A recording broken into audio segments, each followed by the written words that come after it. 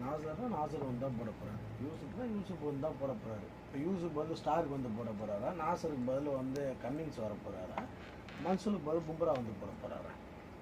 மன்சூர்னா மன்சூரும், நாசர்னா நாசரும், யூசுப்னா யூசுப், அவ்வளோதான். உனக்கு அந்த பால் வேரியேஷன் மட்டும்தான் சேஞ்சஸ் ஆகும்.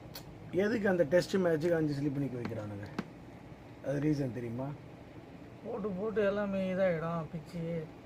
விக்கெட்டு வந்து உனக்கு தரமான விக்கெட்டு கொடுப்பான், டெஸ்ட் மேட்ச்சுக்குன்னு தரமாக கொடுப்பான். விக்கெட்டு இதுதான் விக்கெட்டு, இந்த மாதிரி தான் பால் எங்கே உழுது எங்கே வருதுன்னு தெரியாமல் விக்கெட் விட பேட்ஸ்மேனுக்கு அப்போ தான் அந்த ப்ரெஷர் இருக்கணும் அப்படின்ற போல். ஓகேவா? அது ஒயிட் பாலுக்கு எதுக்கு ஒரு ஸ்லிப்பு தான் வச்சு போடுறானுங்க? அதுதான் ரீசனு. கிரிக்கெட்டுன்றது பால் வேரியேஷன் தான். ஓகேவா? அதுதான் நீ அந்த இடத்துல போய் நின்று யோசிக்கிற விஷயமே அதுதான். அதனால தான் எப்பயுமே ஒருத்தவங்கள வந்து ஒரு மேட்ச் பார்த்துட்டு